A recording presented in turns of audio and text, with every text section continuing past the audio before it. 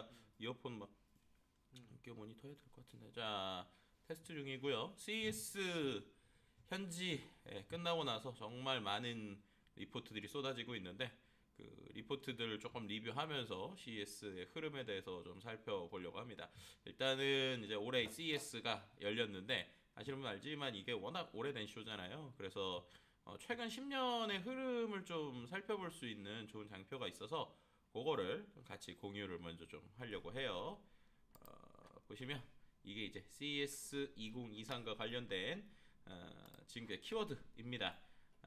우리가 뭐 최근에 와서야 자율주행차 얘기 되게 많이 나오는 것 같지만 여기 보시면 알겠지만 기본적으로 이 CES라는 쇼에서 자율주행 얘기가 나온 게 2014년 뭐 이때부터예요. 그러니까 2014년 뭐 2015년 이럴 때 이제 자율주행 세상 온다 뭐 이렇게 얘기를 했었는데 이게 뭐 거의 10년 다 돼가는데 뭐 아직까지 안 오고 있죠. 심지어 이제 우리가 요즘에 메타버스 요즘에 많이 나온다 얘기를 하는데 메타버스를 얘기를 할 때 나오는 가상현실, 증강현실 이런 얘기는 보시는 것처럼 2012년부터 나왔습니다.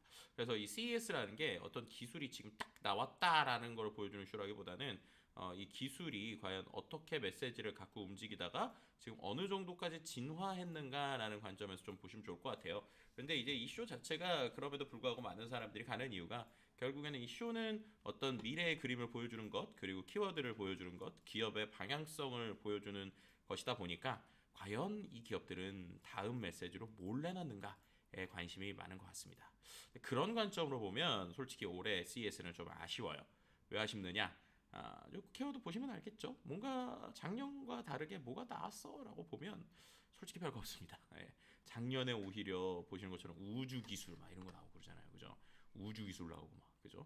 NFT 막 이게 나왔는데 올해는 거의 작년하고 비슷해요. 근데 이제 웹3라고 하는 키워드가 약간 메타버스에 연결돼서 나왔고 인간 안보라는 개념이 나왔는데 이 인간 안보라는 개념도 어떻게 보면 여기에 그 2022년에 있어 서스테이너빌리티 그다음에 ESG 이 맥락에 좀 가깝습니다. 오히려 이제 리질리언트 테크라고 하는 이 2019년 20년의 키워드랑 좀 가까운데요.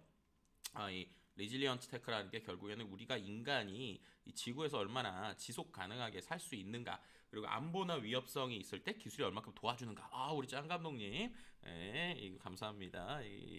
저도 이거 2번 좋습니다. 자 이렇게 하게 되는데 이런 내용들이 있습니다. 그래서인지 이번에 전체적으로 CS를 갔다 오신 분들이 보고서의 내용들을 보면 뭔가 막 엄청 화려하다 뭐 이런 것보다는 좀 기술을 다시 생각해 보게 됐다. 아니면 기술이라는 게 과연 우리에게 어떤 메시지를 보내는가 이런 얘기들이 많이 나오고 있습니다. 자, 그래서 지금까지 이제 일단은 그 CES 10년의 소개를 받고요. 그런데 이제 우리나라 입장에서는 이번 CES가 되게 중요해요. 왜냐하면 아시겠지만 미중 무역 갈등이 엄청 심하잖아요. 그래서 미중 무역 갈등 때문에 미국의 이제 CES 쇼다 보니까 원래는 중국판이었는데 한 2, 3년 전부터 그 중국판이었던 걸 우리나라가 차지하고 있습니다. 그래서 이번에 우리나라가 미국 다음으로 가장 많이 나온 2등으로 이제 많은 회사들이 나갔고요.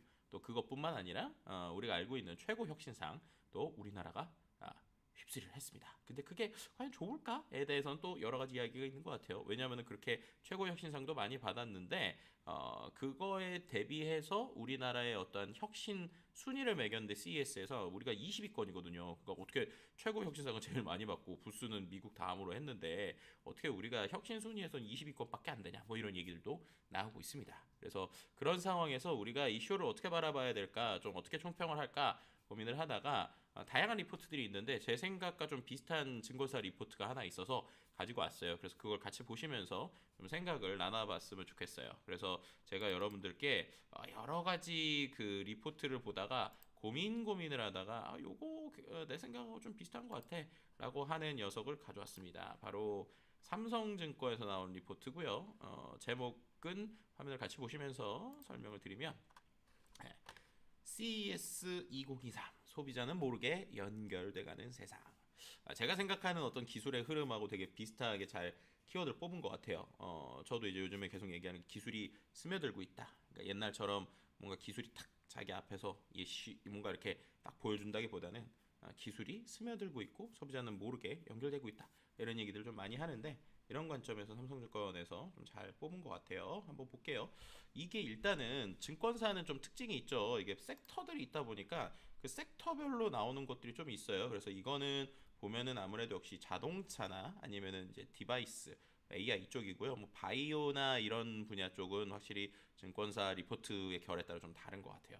근데 어쨌든 이 안에서도 제가 볼 때 꽤 제 생각들이 맞는 것들이 있어서 같이 공유하면서 보죠.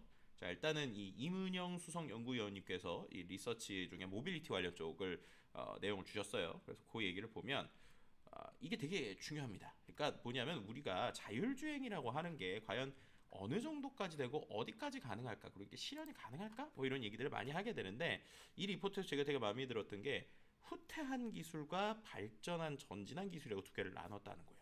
그러니까 기술이라는 게 항상 진보하거나 항상 움직이는 게 아니고, 어떨 때는 그 기술의 어떤 로드맵을 갖고 계속 달려가다가 이게 안 되는구나 하고 회사가 뭐 없어질 수도 있고요. 또는 이 길이 아닌가 뼈 하고 이렇게 회사의 방향이 좀 달라질 수도 있는데, 이런 형태들을 보여주는 거죠. 그래서 이제 3년 동안의 후퇴한 기술 보면 로봇 택시, 그러니까 뭐냐, 뭐 전체적으로 뭔가 우리가 알고 있는 완전한 자율주행, 그런 사람이 없이 완벽하게 자동차 가는 택시, 이런 거는 아직은 좀 쉽지 않다라는 얘기가 좀 있고요. 거기서 제일 대표적인 게 테슬라의 FSD가 이제 상용화 지연되고 있는 거죠. 그만큼 테슬라가 완전한 자율주행 금방 될 것처럼 얘기했는데 그게 좀 잘 안 되는 것 같아요. 그런 부분들이 있고요. 그 다음에 트렌드에서 이제 우리가 한창 공유경제 나오면서 뭐 우버라든지 다양한 사람들이 차를 이렇게 같이 공유하는 쉐어링 뭐 이런 것들이 많았는데, 코로나가 있다 보니까 아무래도 이제 우리가 자기 차 많이 타지 같은 사람들하고 또 같은 사람하고 또 타고 막 이런 거 좀 조금 꺼려 했잖아요. 그래서인지 이런 부분들이 좀 줄어들게 됐고요. 그 다음에 이제 아까도 계속 말씀드렸던 미중 무역 갈등이 좀 심해지다 보니까 예전과 다르게 이러한 글로벌의 어떤 중국에 있는 부품들을 가져오는 것들이 좀 이슈가 생기는 부분이 있습니다. 그래서 뭐 전반적으로 지금 미중 무역 갈등뿐만 아니라 전쟁이 있고 막 이러다 보니까 지금 반도체 부품이 수급이 안 돼서 자동차가 못 나오는 이런 상황이 거의 뭐 2년째 또 이어지고도 있죠. 근데 그럼에도 불구하고 최근에 또 발전된 기술을 보면 어쨌든 이제 완전한 자율주행이 아니더라도 어느 정도 레벨 3 수준에 됐을 때에 우리가 그 안에서 무엇을 할 수 있을까, 약간 현실과 타협을 했다, 혹은 현실에서 있는 것들을 조금 더 잘할 수 있는 방향, 이런 쪽으로 좀 가고 있다, 뭐 이렇게 볼 수도 있을 것 같고요. 그리고 이제 아까 말씀드린 공유 경제가 아니라면 과연 어느 정도 자율화되고 있는 이 차를 가지고 무슨 서비스를 할 수 있을까, 서비스 관점의 이야기들이 좀 많이 나오는 것 같습니다.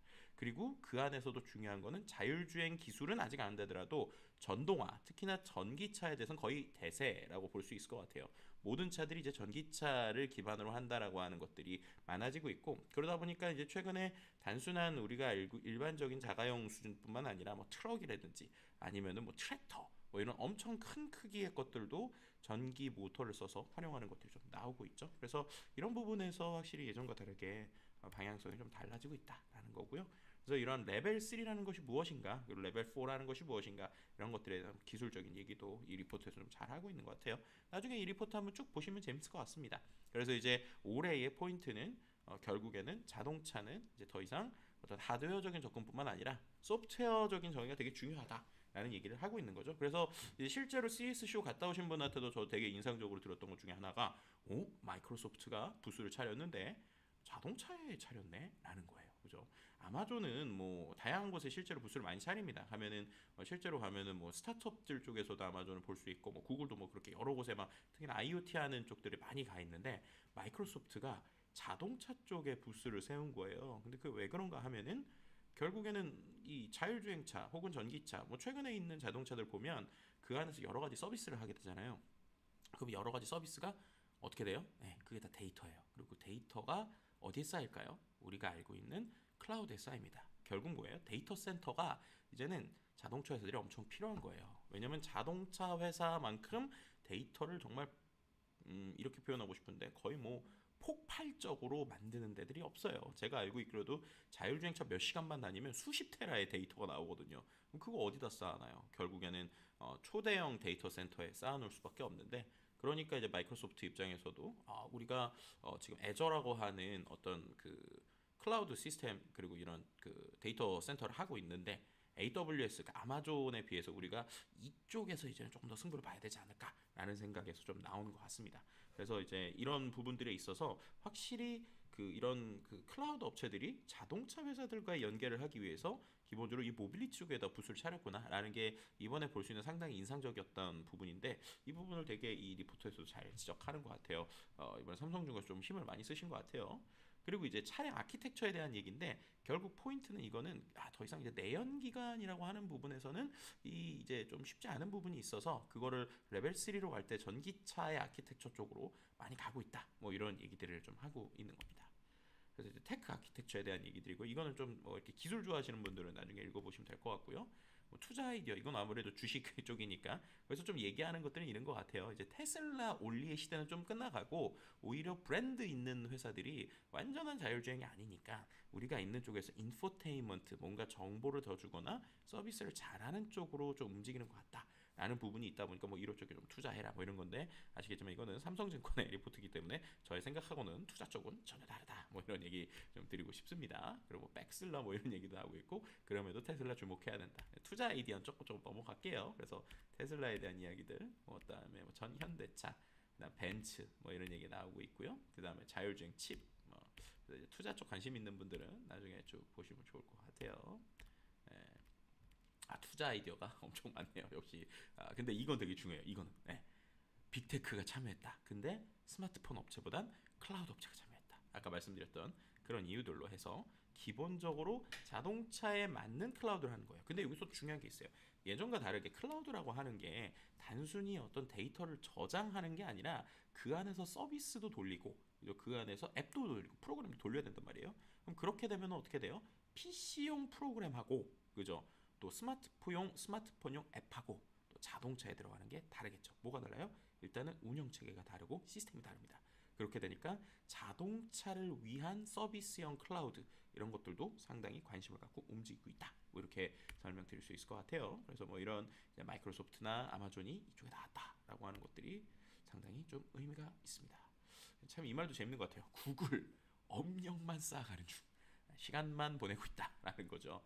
실제로 이제 여기 나왔지만 원래는 이 구글이 뭐 완전 자율주행 쪽 다 해보겠다고 웨이모도 인수하고 그리고 제 기억에는 얘네들이 그 아예 그 우리가 있는 그 휠이라고 그러죠. 운전 이 뭐라고 그러죠? 이거를 갑자기 생각이 여러분 채팅으로 알려주시면 좋을 텐데 자이 운전대 그죠? 운전대 우리가 잡는 이 운전대를 없앤 그런 완전 자율주행 차도 얘네들이 좀 냈었어요 한번.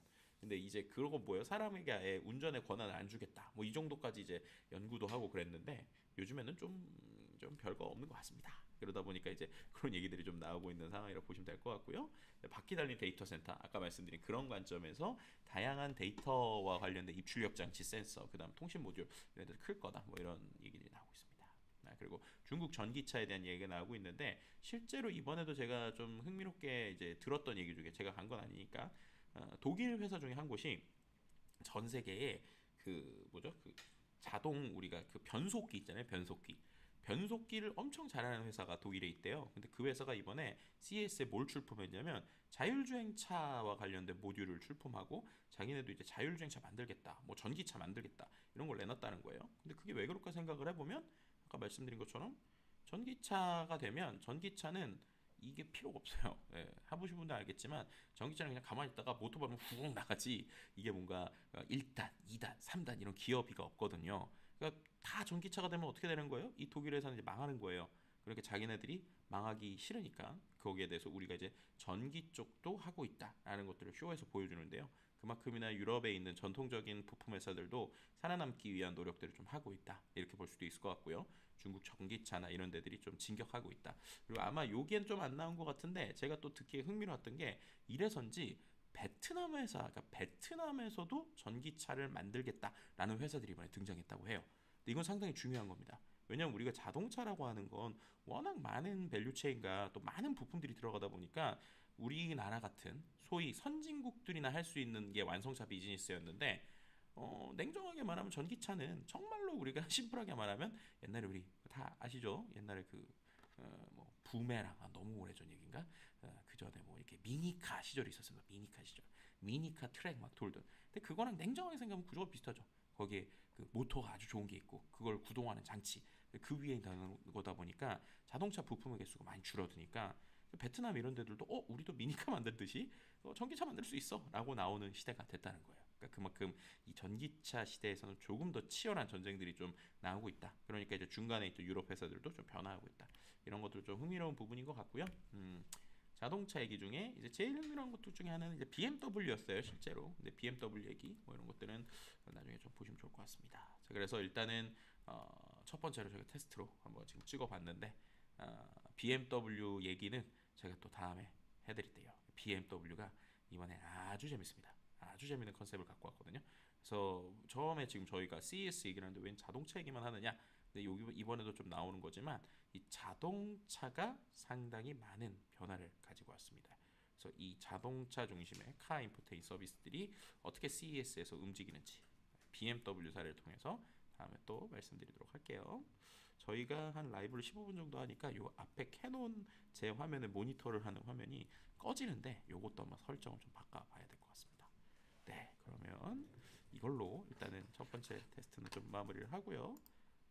네, 화면 전환을 해야 또 여러분들이 제 화면이 크게 보이시는군요. 네, 아까 말씀드린 대로 이게 제가 지금 화면이 딱 꺼지다 보니까 당황했는데 그것도 아마 설정에 있지 않을까. 뭐 나중에 한번 보도록 할게요. 자, 그러면은 일단은 이걸로 테스트는 마무리하도록 하겠습니다. 뉴스도 잘 나오고 화질도 잘 나왔으면 좋겠는데 이걸 위해서